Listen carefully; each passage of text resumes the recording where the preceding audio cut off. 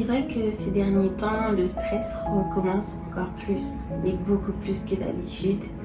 Et je recommence énormément à appréhender le lundi, le début de semaine. Donc du coup, le dimanche, j'essaye vraiment de faire en sorte que la journée soit le plus calme et la plus sereine que possible. Généralement, dans les habitudes que j'essaie de prendre, c'est le matin de ne pas aller sur mon téléphone, de ne pas de lire par exemple 20 minutes, d'écrire dans mon journal même si je ne sais pas quoi dire. Donc même si je ne sais pas quoi dire, j'écris, je ne sais pas quoi dire, mais au moins ça me permet de prendre cette habitude et cette discipline, si on peut appeler ça comme ça, de le faire. Parce que non pas que je pense que c'est en mode c'est tendance donc il faut le faire, mais c'est vraiment que des fois je trouve que ça m'aide beaucoup à évacuer quand finalement j'arrive à tout lâcher sur le papier. Donc je sais qu'il y a un côté positif, c'est juste que en fait je suis pas encore assez en phase avec mes émotions, je comprends pas forcément tout ce qui se passe des fois dans mon corps, mon intuition. Et du coup, des fois, ça m'arrive de ne pas du tout savoir quoi écrire sur mon journal. Je suis pas encore une pro, mais voilà. En tout cas, c'est vraiment les habitudes que j'essaie d'avoir en règle générale et encore plus le week-end pour vraiment faire une pause avec le boulot et les voix du quotidien, la tumulte du quotidien. Mais là, bizarrement, ce matin, je ressens aussi beaucoup le besoin de prendre du temps et de m'asseoir sur le canapé avec Choudou. Je sais qu'il est déjà en bas parce qu'il n'a pas très bien dormi cette nuit. Moi, je suis restée quand même dans le lit, mais lui, il allait sur le canapé. Donc, je vais descendre, on va papoter un peu, on va discuter un peu, et on va se retrouver un peu.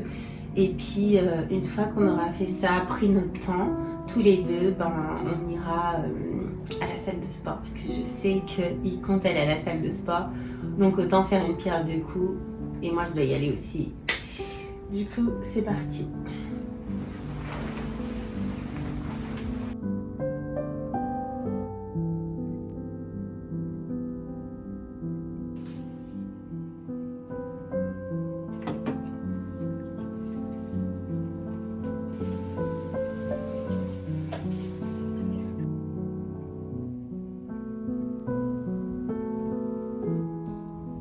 Petite, j'adorais le basket, le tennis et j'ai même eu de très bonnes notes en EPS.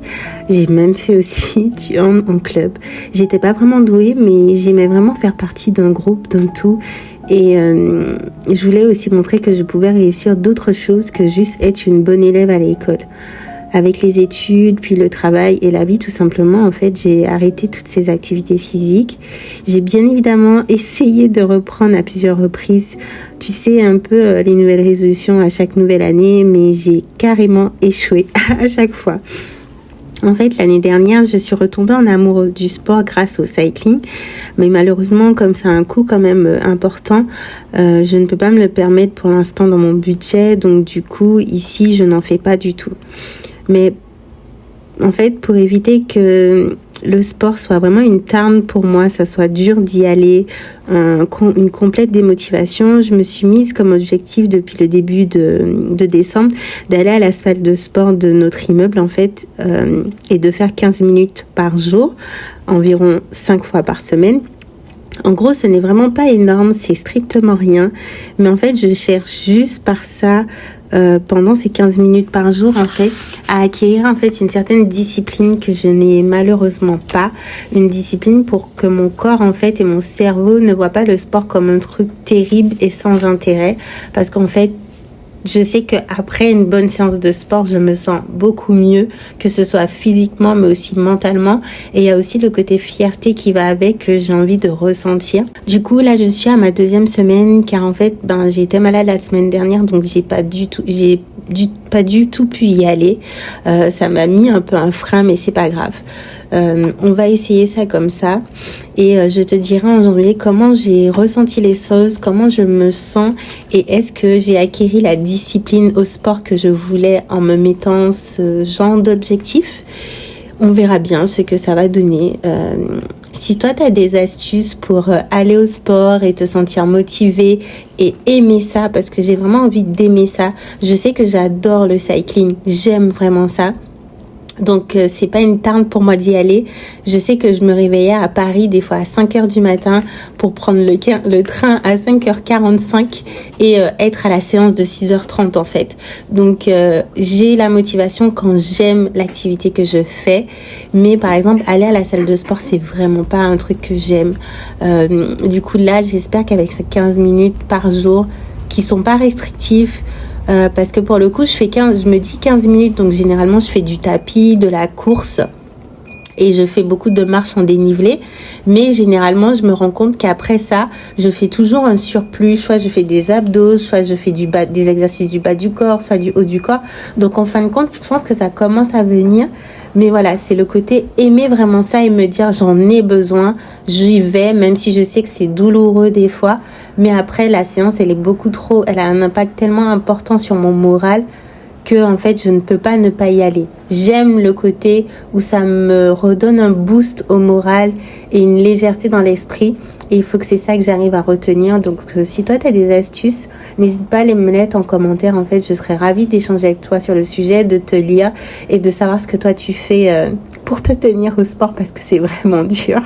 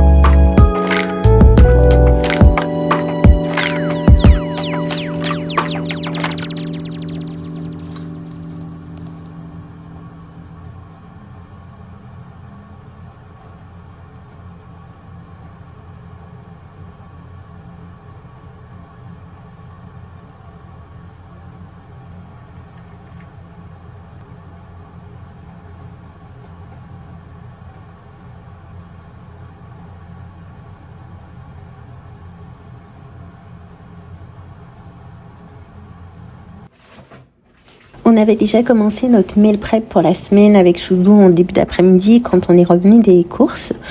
Du coup, on s'est dit qu'au programme, on ferait de l'hachis parmentier, du poulet au four avec un assaisonnement jerk. Donc ça a déjà été fait quand on est revenu aux courses, mais j'ai un peu mess up le tournage de la vidéo, donc il n'y a pas beaucoup de rush. Mais bon, pour le coup, j'ai décidé de faire un troisième plat, donc de la lentille avec des saucisses. Et comme ça fera déjà 3 plats pour la semaine. Donc ça, c'est plutôt cool, ça nous avance pas mal. Cette habitude de faire des meal prep, on l'avait commencé quand on arrivait à Montréal en 2018. C'était beaucoup plus simple dans le sens où généralement dans les entreprises ici, il n'y a pas forcément de cafétéria comme on entend et comme on peut en avoir sur Paris. Et donc, par exemple, moi, en fait, j'avais pas d'endroit où manger. Du coup, ça voulait dire qu'il fallait dépenser de l'argent à chaque fois à l'extérieur. Et donc, c'était beaucoup plus pratique, en fait, de préparer les repas à l'avance, de partir avec ma gamelle, de réchauffer au micro-ondes. C'est un peu ce qui se fait pas mal ici. Et du coup, depuis, on a gardé cette habitude. Donc, le dimanche, c'est aussi l'après-midi ou la fin de journée meal prep pour s'avancer au mieux. Et puis, au moins, ça permet de ne pas avoir à répondre tous les jours à cette question. Qu'est-ce qu'on fait à manger? Qu'est-ce qu'on mange aujourd'hui? Donc, ça m'arrange plutôt pas mal. Et je pense que c'est une habitude qui permet vraiment de gagner du temps. Et je trouve que c'est aussi sympa à faire que ce soit seul avec de la musique, un podcast ou en compagnie de son compagnon ou sa compagne. Des fois on écoute de la musique, des fois on discute, des fois on parle pas tout simplement et on se concentre sur ce qu'on fait. Mais dans tous les cas, je trouve que c'est archi agréable. Et j'y prends finalement beaucoup de plaisir. Et c'est vraiment un moment où en fait je ne pense pas au boulot parce que je me concentre sur ce que je fais pour éviter de rater quoi que ce soit. Donc ça a ses avantages aussi. Après c'est vrai que ça prend quand même du temps. Nous généralement on est dans la cuisine pendant 2 heures, 2 heures et demie, 3 heures des fois. Ça dépend de ce qu'on a décidé de faire. Mais voilà, ça prend du temps, mais je pense que c'est worth it. Désolée pour mon anglais qui est nul, mais je pense que ça vaut le coup parce que pour le coup, ça nous fait gagner du temps dans la semaine, du temps qu'on n'a pas forcément à consacrer à faire à manger. Donc voilà, c'est pas plus mal et c'est une activité que j'aime vraiment faire le dimanche maintenant, alors qu'avant je détestais ça. Mais j'y ai pris goût et je reste avec.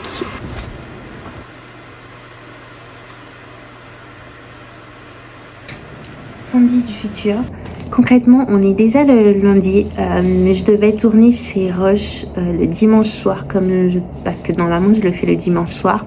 Mais j'avoue qu'hier soir j'étais fatiguée, la journée était longue et j'ai encore des traces de mon virus, de ma gorge, de mon nez, bref. Donc voilà, vous allez faire comme si ça avait été fait dimanche, parce que logiquement je préfère le faire le dimanche, tout simplement parce que ça m'aide en fait à avoir beaucoup plus de clarté pour le début de ma semaine. Comme je vous disais, en fait, je suis quelqu'un de très anxieuse et là c'est une période vraiment stressante pour moi parce que je me pose un tas de questions sur l'avenir de mon travail en tant que travailleuse autonome ici à Montréal, de ce que je vais faire de mon avenir, de est-ce que j'ai un avenir dans ce business que j'essaie d'avoir et dont j'essaie de vivre et du coup j'appréhende beaucoup les lundis. Je recommence à être énormément stressée dès le samedi, rien qu'à penser au début de semaine et à la semaine tout court. Donc voilà, j'ai vraiment besoin de gagner en clarté dès le dimanche. Et en fait, le faire le dimanche soir me permet vraiment d'aller me coucher avec l'esprit un peu plus léger. Ça n'enlève pas les problèmes, c'est juste qu'au moins ça me permet d'avoir une vision claire sur ok Sandy, voici ce que tu as absolument à faire cette semaine, voici ce qui t'attend. Bien évidemment, c'est pas quelque chose qui est figé parce que autant je sais qu'il y a des choses que je dois faire continuellement, comme par exemple poster du contenu qui est prévu pour mes clientes sur les réseaux sociaux, checker la boîte mail de telle ou telle cliente, parce que j'ai un point hebdo à chaque semaine avec une autre cliente, parce que j'ai de la facturation à faire pour une autre. Je sais qu'il y a certaines choses qui reviennent assez régulièrement à chaque semaine, mais il y en a d'autres aussi qui arrivent parce qu'elles ont des besoins ponctuels à un moment bien précis, et du coup je dois aussi avoir la capacité de leur accorder du temps durant cette semaine pour ces besoins ponctuels. Donc voilà, il y a toujours une marge de manœuvre, mais au moins ça me permet le soir quand je vais me coucher de me dire: lundi, je sais exactement par quoi je dois commencer ma journée, je sais exactement qu'est-ce que je dois faire, et je sais aussi exactement un peu ma ligne directive. Donc généralement, je me pose devant mon ordi, devant mon agenda. Je fais un récap de ce qui s'est passé dans la semaine, des tâches que j'ai réussi à faire, des tâches que j'ai pas réussi à faire, des problèmes que j'ai rencontrés, des tâches que j'ai dû reporter et donc du coup que je dois reporter à la semaine qui arrive, et des demandes en fait qui sont arrivées dans la semaine mais qui n'étaient pas urgentes, donc j'ai pas traité la semaine d'avant mais que je dois traiter cette semaine. Donc voilà, je me pose pour faire le point sur tout ça, et à la suite de ça en fait j'utilise ce livre aussi, je sais pas si vous allez voir, et en fait c'est un planning au jour le jour, et ce que j'aime bien c'est que vous avez une partie en gros aujourd'hui je suis reconnaissante pourquoi, vous avez l'affirmation du jour, donc daily affirmation, et après vous avez votre top 3 priorités, vous avez aussi la to-do list, et vous pouvez aussi mettre en fonction des heures de la journée comment se sent votre planning. Et généralement voilà, en fonction de ce que j'aurais vu que je dois faire, je peux déjà commencer à remplir un peu à chaque jour mon gentle productivity. C'est un agenda qui a été fait par une marque canadienne, je crois que c'est une marque qui vient de Vancouver et qui s'appelle The Line, en collaboration avec une youtubeuse montréalaise ici que j'aime beaucoup, et j'en ai deux de chez elle. J'en ai un autre en beige je crois, et en fait j'adore vraiment les utiliser, donc c'est mon compagnon à chaque jour, et au moins voilà, c'est plus clair, c'est plus net, et je peux commencer ma semaine un peu moins stressée. Je dirais pas que je suis totalement hors stress, mais beaucoup moins stressée, et c'est le plus important pour moi, réduire au maximum mon stress, parce qu'en fait après j'arrive pas à faire mon travail, et je n'aime pas être incompétente.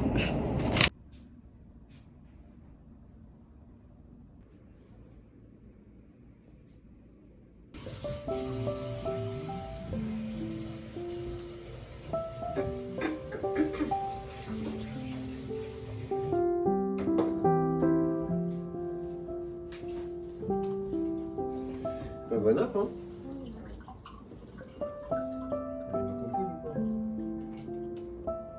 Tu fais un mois de... Ah ouais, t'es bon balade. Il en reste quelques petits morceaux. Ah d'accord, ça va. Je comprends bien.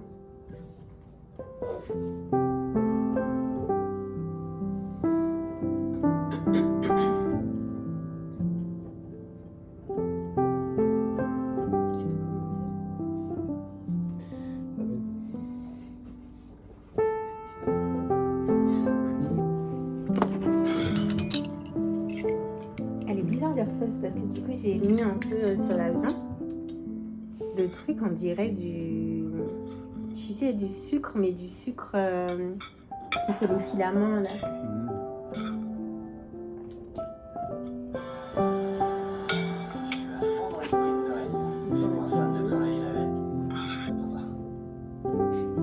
Qu'est-ce que tu veux en plus?